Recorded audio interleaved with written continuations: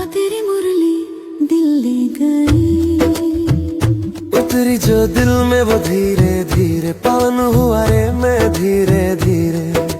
बाबा तेरी मुरली दिल ले गई, बाबा तेरी दृष्टि दिल ले गई। ओ हो ला ला ला।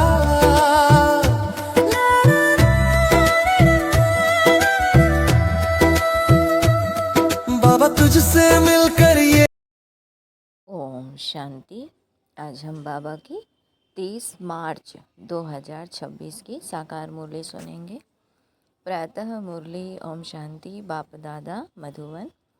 आज प्यारे मीठे बाबा बोले, मीठे बच्चे, शिव बाबा के इस रचे हुए यज्ञ, शिव बाबा के इस रचे हुए रुद्र यज्ञ की तुम्हें बहुत बहुत संभाल करनी है। यह है बेहद का यज्ञ। क्या कहा शिव बाबा ने? यह है बेहद का यज्ञ, स्वराज्य पाने के लिए। स्वराज्य माने स्वयं पर राज्य पाने का यह बेहद का यज्ञ है। इसलिए बाबा कहते हैं, इस रचे हुए रुद्र यज्ञ की तुम्हें बहुत बहुत संभाल करनी है। माना किसी भी प्रकार की डिससर्विस नहीं होनी चाहिए। इस बात का बहुत बहुत ध्यान रखना है। आज प्रश्न में बाबा बोले, इस रुद्र यज्ञ का रिस्पेक्ट किन बच्चों को रहता है? इस रुद्र यज्ञ का रिस्पेक्ट किन बच्चों को रहता है? उत्तर है, जो इसकी विशेषताओं को जानते हैं। जो इसकी विशेषताओं को जानते हैं। तुम्हें पता है कि इस रुद्र यज्ञ से हम कौड़ी से हीरे जैसा बनते हैं। इसमें सारी पुरानी दुनिया स्वाहा होती है। इस पुराने शरीर को भी स्वाहा करना है। कोई भी ऐसा बेकायदे कर्म ना हो जिससे यज्ञ में विघ्न पड़े। क्या कहा शिव बाबा ने? इसमें सारी पुरानी दुनिया स्वाहा होती है। इस पुराने शरीर को भी स्वाहा करना है। कोई भी ऐसा बेकायदे कर्म ना हो जिससे यज्ञ में विघ्न पड़े। जब ऐसा ध्यान रहे तभी रिस्पेक्ट रख सकते हैं। जब ऐसा ध्यान रहे तभी कहा रिस्पेक्ट रख सकते हैं। गीत है, माता ओ माता तुम है जग की भाग्य विधाता। अच्छा, ओम शांति ओम शांति। तो बच्चों ने गीत सुना। माता और माता जिन्होंने बनाया है वह तो बेचारे माता को जानते ही नहीं हैं। नाम सुना है जगत अम्बा, परंतु वह कौन थी, क्या करके गई, यह किसको भी पता नहीं है सिवाय तुम बच्चों के। बाबा कहते हैं कि जगत अम्बा है तो ज़रूर बाप भी है। अगर माता होगी तो पिता भी तो होगा ना। तो जगत अम्बा है तो ज़रूर बाप भी है, बच्चियाँ भी हैं और बच्चे भी हैं। तो बाबा ने कहा, जो जगत अम्बा के पास जाते हैं उनकी बुद्धि में यह समझ नहीं है, सिर्फ बुद्ध अर्थात मूर्ति पुजारी हैं। देवी के आगे जाकर भीख मांगते हैं। अब यह राजस्व अश्वमेघ अविनाशी रुद्र ज्ञान यज्ञ है। इसका क्रिएटर है माता पिता तत्वम। तुम भी यज्ञ के क्रिएटर हो। तुम सब बच्चों को इस यज्ञ की बड़ी संभाल करनी है। यज्ञ के लिए बहुत रिस्पेक्ट रहना चाहिए। यज्ञ की पूरी संभाल की जाती है। यह है हेड ऑफिस, और भी ब्रांचेस हैं। मम्मा बाबा और तुम बच्चे अपना भविष्य हीरे जैसा बना रहे हो इस यज्ञ के द्वारा। तो ऐसे यज्ञ की कितनी संभाल और इज्जत रखनी चाहिए। लेकिन बच्चे क्या करते हैं? बच्चे देह अभिमान में आके डिससर्विस कर देते हैं, है ना। 5 विकारों के अधीन हो कर के, जैसे कहते हैं ना बाबा, पेट पूजा काम दूजा। तो पेट अर्थात देह के और देह के सुख के लिए भगवान के यज्ञ के साथ भी, श्रीमत के साथ भी समझौता कर लेते हैं। इसलिए बाबा कहता है, बच्चे श्रीमत पहले है, इंद्रियां सुख बाद में है। इसलिए बाबा पहले देह को पीछे करता है, आत्मा को आगे करता है। तो बाबा हम बच्चों को क्या समझा रहे हैं कि मम्मा बाबा और तुम बच्चे अपना भविष्य हीरे जैसा बना रहे हो इस यज्ञ के द्वारा।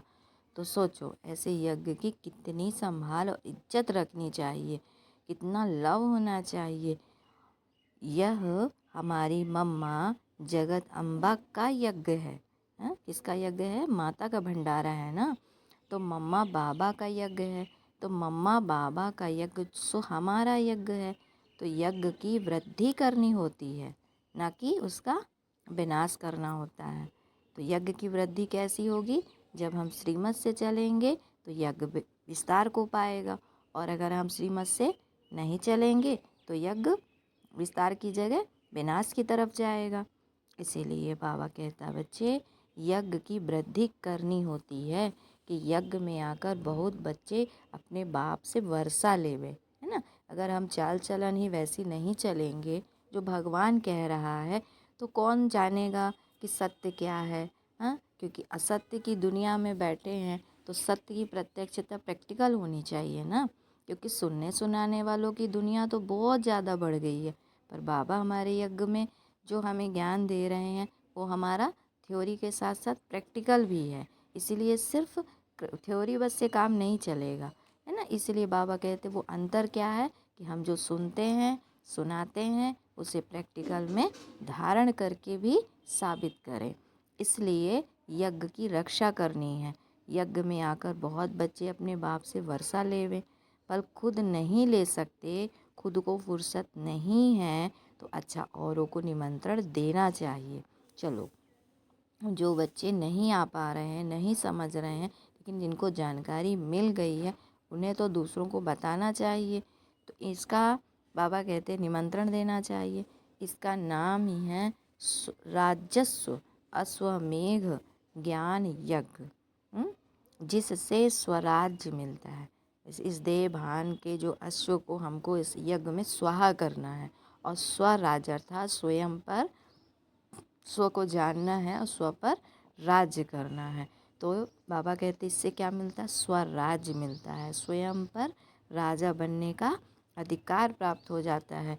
इस यज्ञ में पुराने शरीर का भी स्वाहा करना होता है, बाप का बन जाना है। यज्ञ कोई मकान नहीं है, यज्ञ है बेहद की बात, है ना। कोई ये हद की बात बाबा नहीं समझाते, बेहद का बाप बेहद की बातें समझाते हैं। तो ये बेहद की बात है, जिस यज्ञ में सारी विश्व स्वाहा होनी है। सारी विश्व माना ये देह अभिमान की जो दुनिया है ना, इस यज्ञ के ज्ञान से जो रोशनी जो बाबा दे रहे हैं ज्ञान की, उस रोशनी में आने के बाद सबका देह अभिमान भस्म हो जाएगा, समाप्त हो जाएगा। तो जैसे कि कहा कि इस यज्ञ में सारी विश्व स्वाहा होनी है। आगे चल तुम देखना इस यज्ञ का कितना रिगार्ड रखते हैं।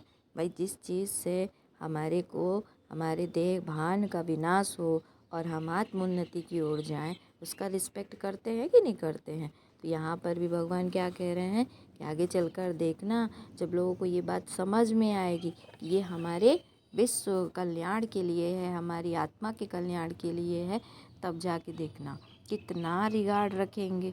तो बहुत रिगार्ड रखेंगे। यहाँ बहुतों को तो रिगार्ड ही नहीं है। कहाँ? जो यहाँ बैठे हैं, कहाँ? इस यज्ञ के रक्षक बनकर, इस यज्ञ में जो रह रहे हैं, उसकी संभाल करने के लिए निमित्त बने हैं। बाबा उन्हों की तरफ इशारा करते हैं कि यहाँ रहने वालों को भी इतना रिगार्ड नहीं है। तो इससे सब यज्ञ बाबा कहते हैं यहाँ तो रिगार्ड नहीं, यहाँ बहुतों को रिगार्ड नहीं है, इतने सब यज्ञ के बच्चे हैं।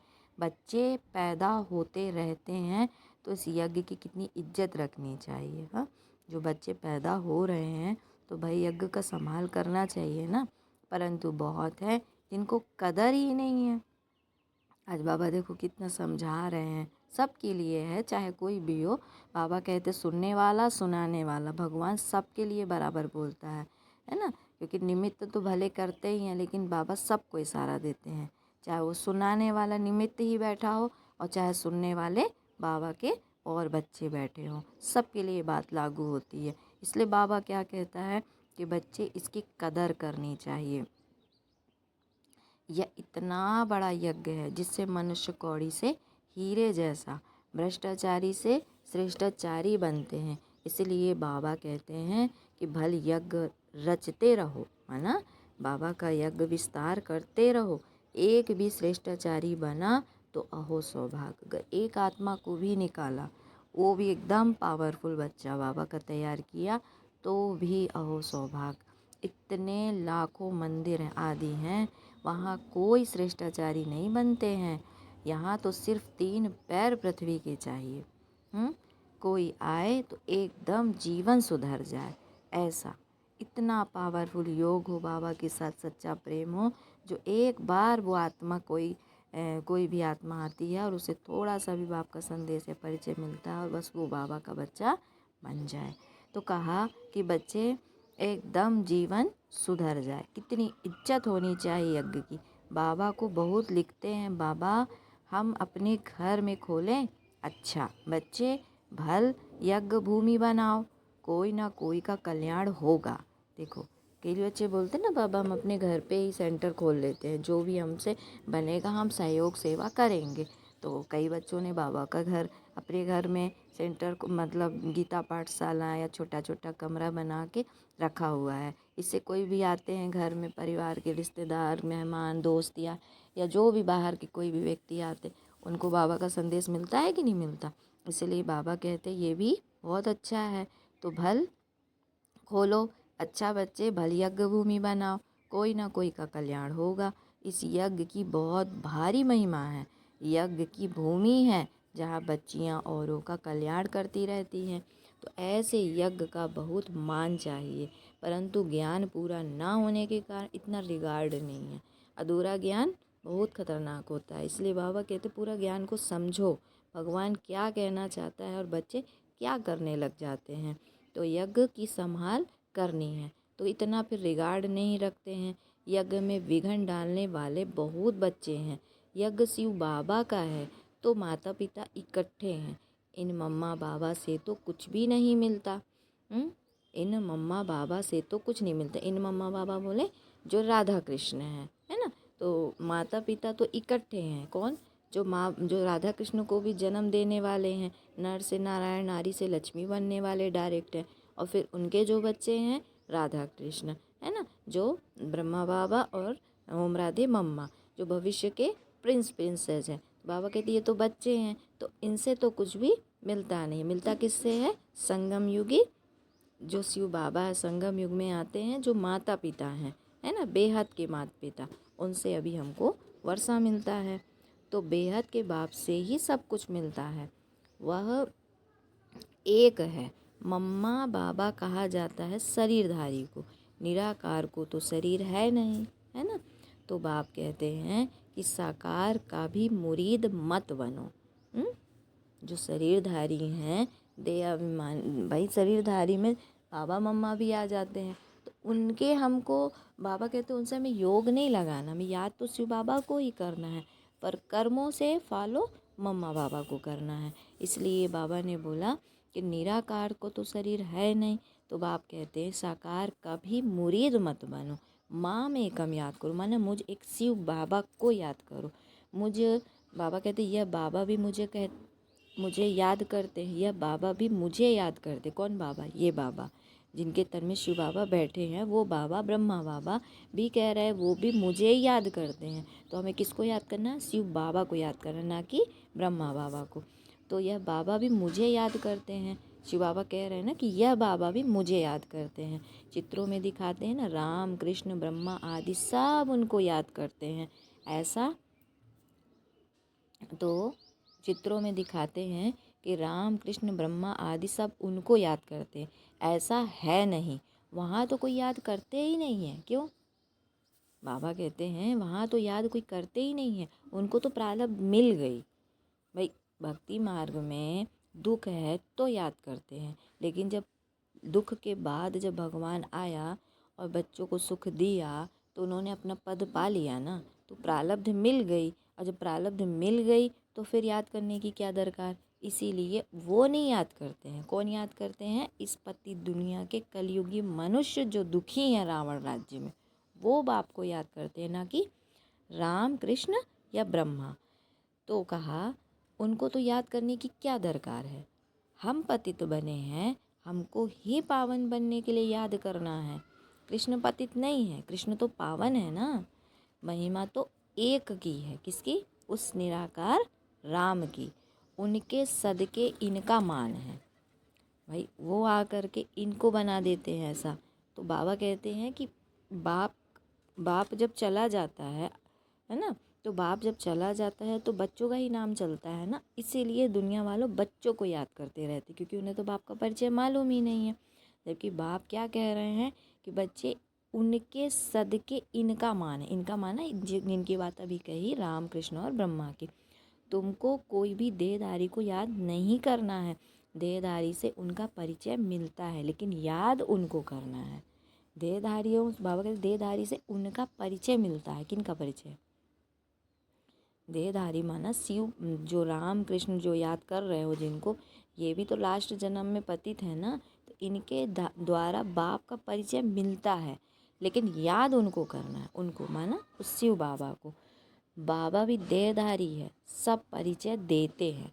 बाबा देहधारी है, सब परिचय देते हैं, परंतु बहुत ऐसे भी बेसमझ बच्चे हैं जो कहते हैं हम तो डायरेक्ट शिव बाबा की प्रेरणा से ज्ञान ले सकते हैं। नहीं, ब्रह्मा निमित्त है ना, तो ब्रह्मा के जरिए ही ज्ञान मिलेगा, क्योंकि साकार तो चाहिए ना शरीर। अगर ऐसा होता तो फिर इस रथ में उनको आने की क्या दरकार है? कृष्ण को अर्जुन को ज्ञान सुनाने के लिए किस में बैठ सुनाया? रथ में बैठ सुनाया ना। वो तो चलो घोड़े गाड़ी की बात हो गई, लेकिन वास्तव में बाबा क्या कहते हैं कि आत्मा को शरीर में आने के बाद ही बोलना होता है। बिना शरीर में आए आत्मा किसी से बात नहीं कर सकती है। इसीलिए हम साकार में रहते तो हमारे को भी बात सुनने या करने के लिए एक साकार में कोई चाहिए ना। तो शिव बाबा उस अर्जुन के रथ पे आकर के हमसे बात करते हैं। तो ये बात गलत है कि हम तो डायरेक्ट शिव बाबा से प्रेरणा ले ज्ञान ले सकते। अगर ऐसा होता तो फिर इस रथ में उनको आने की क्या दरकार? इस रथ माना इस अर्जुन रूपी रथ में। ऐसा भी है जो समझते इस साकार से हमारा क्या काम है। बाप कहते हैं मन मना भव, उनको याद करो, परंतु थ्रू तो इनके कहते हैं ना भाई। भक्ति मार्ग में भी क्या दिखाते हैं कि भगवान से जैसे उसमें दिखाया ना कि शंकर जी के मंदिर में जो शंकर जी शिवलिंग जो जहाँ पे एक नंदी बैठा होता है, और लोग वहाँ जाके उस नंदी के कान में फूंकते हैं, कान में कुछ बोलते हैं कि नंदी के कान में बोलो तो शिव भगवान को तक वो मैसेज पहुँच जाता है। तो ऐसे ही यहाँ पे जो भी बाबा के बच्चे बैठे, बाबा जिनको ब्रह्मा बाबा को क्या बोलता है? नंदी ही तो बोलता है ना। तो वो जो नंदी है, कौन सा नंदी?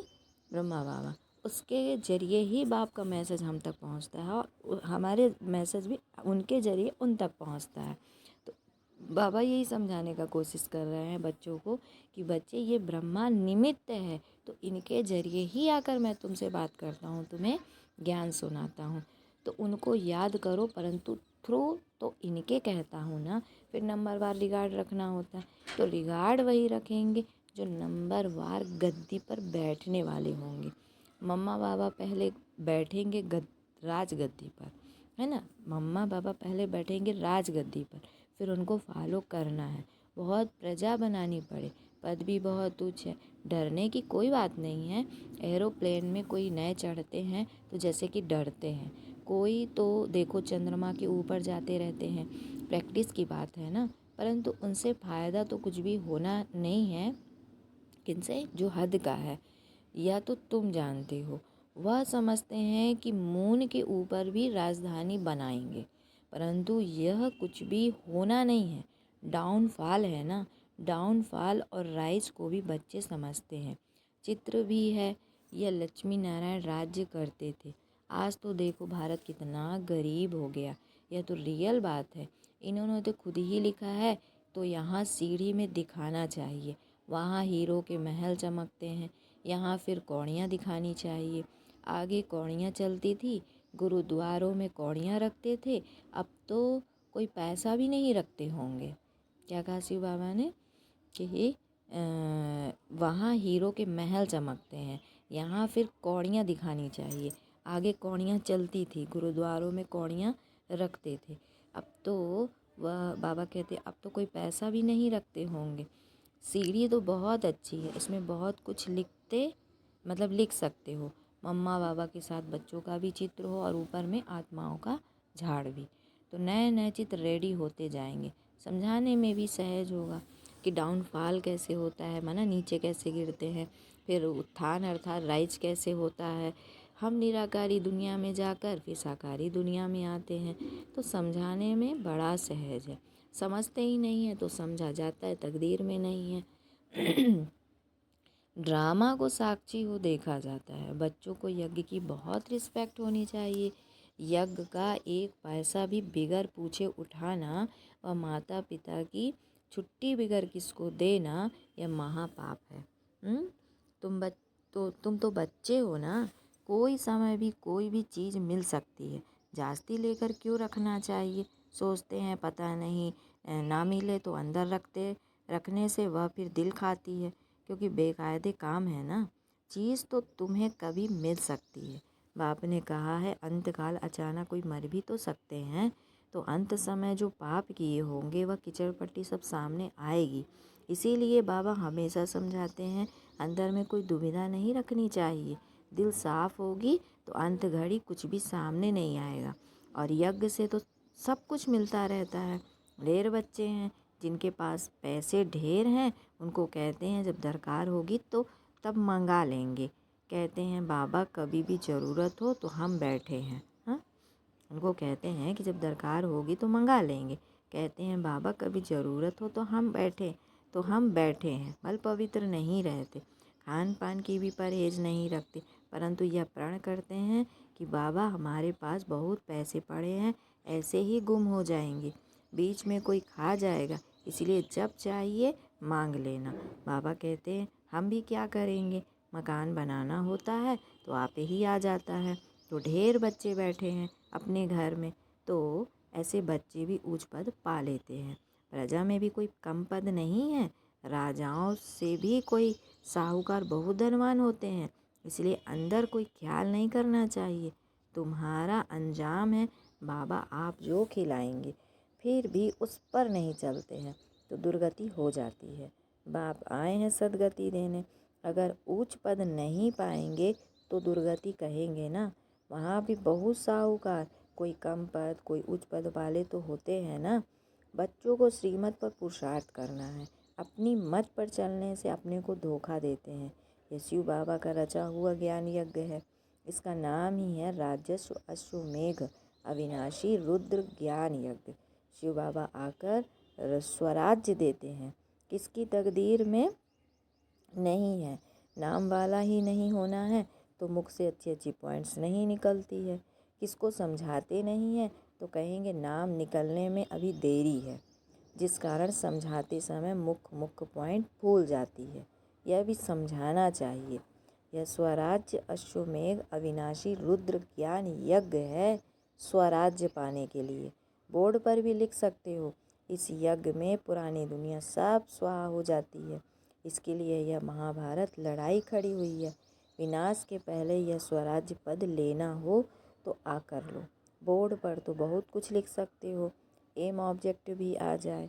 नीचे लिखना चाहिए स्वराज्य पद मिलता है, जितना हो सके क्लियर लिखत होनी चाहिए, जो कोई भी पढ़ने से समझ जाए।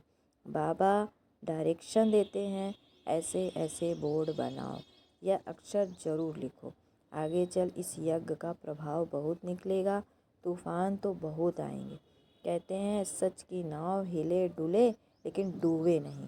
क्षीर सागर तरफ जाना है तो विषय सागर तरफ दिल नहीं रहनी चाहिए।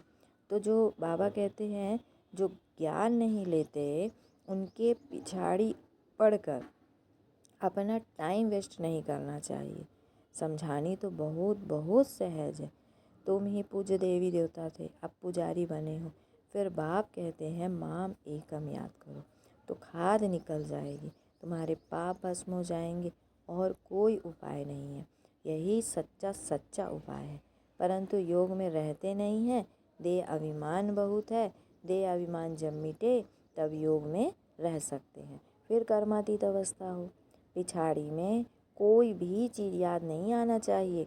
कोई कोई बच्चों का कोई चीज़ में इतना मोह पड़ जाता है जो बात मत पूछो।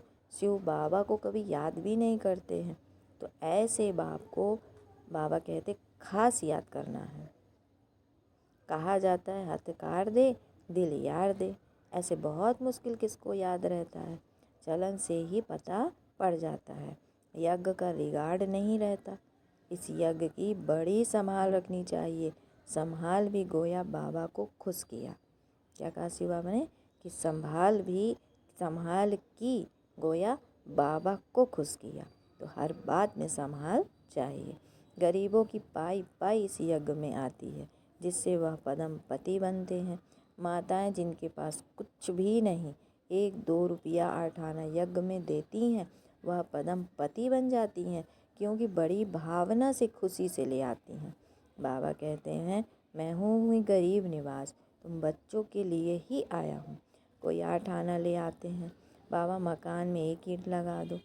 कभी 2 मुट्ठी अनाज भी ले आते हैं, उनका तो बहुत हो जाता है।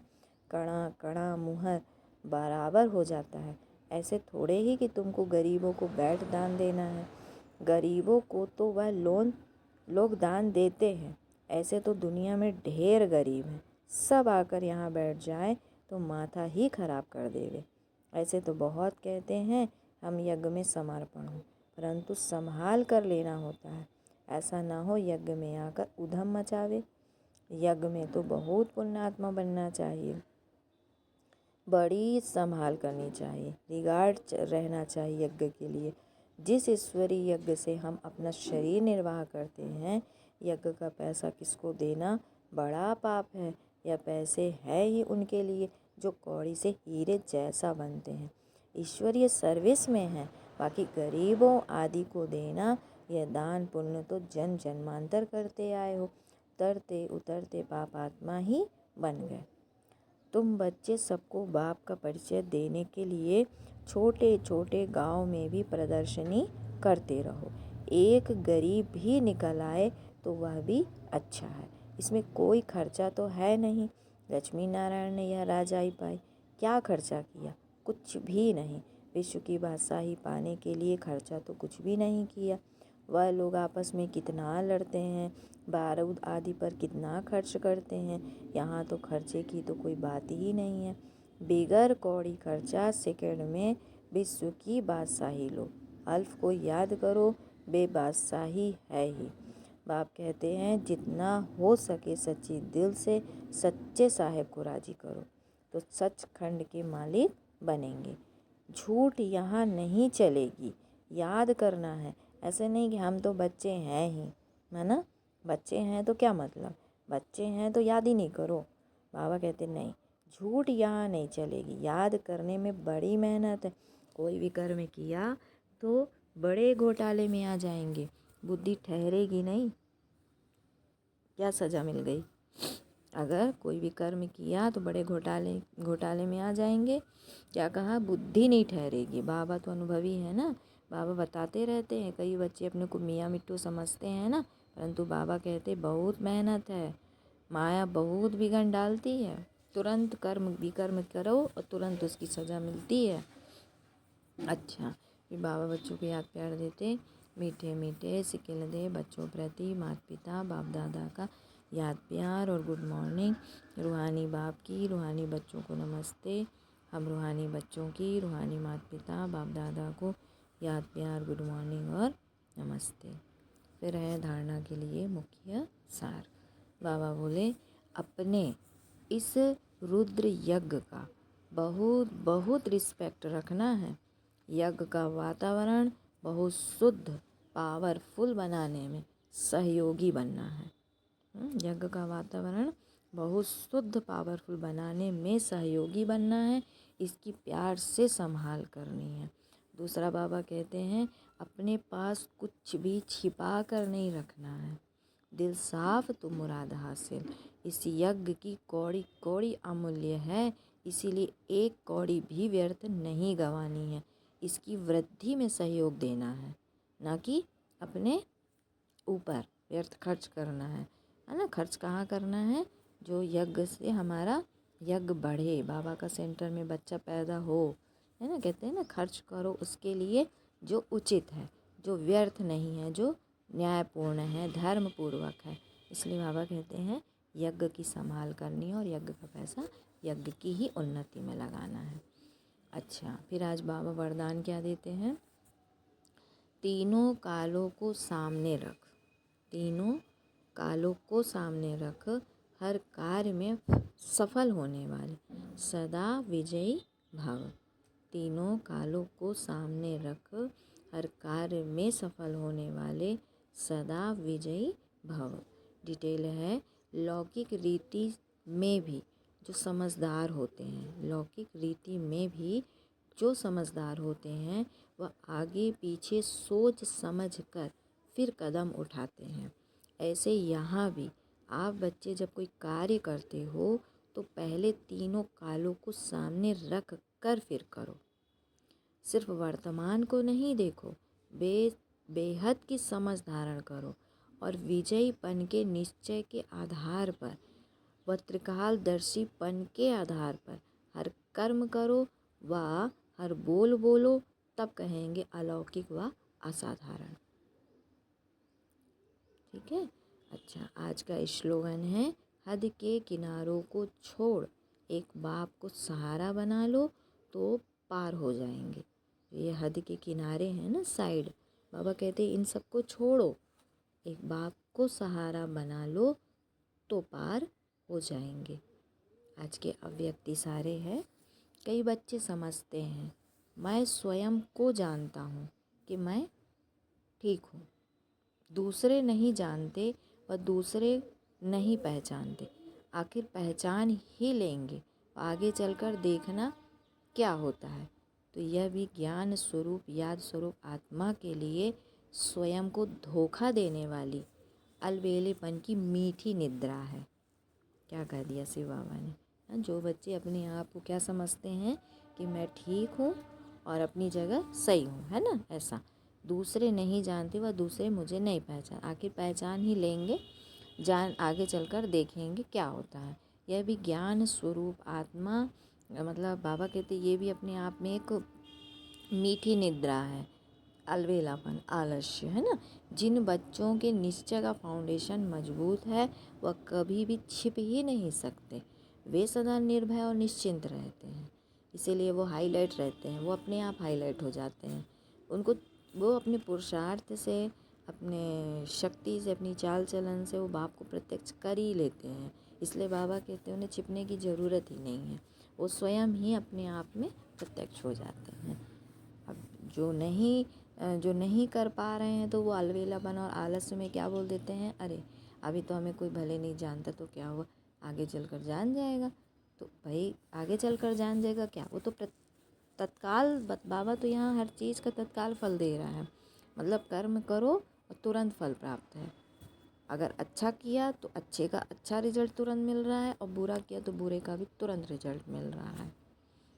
अच्छा, ओम शांति, ओम शांति। बाबा तेरी मुरली दिल ले गई, उतरी जो दिल में वो धीरे धीरे पावन हुआ रे मैं धीरे धीरे। बाबा तेरी मुरली दिल ले गई, बाबा तेरी दृष्टि दिल ले गई। ओ हो ला ला ला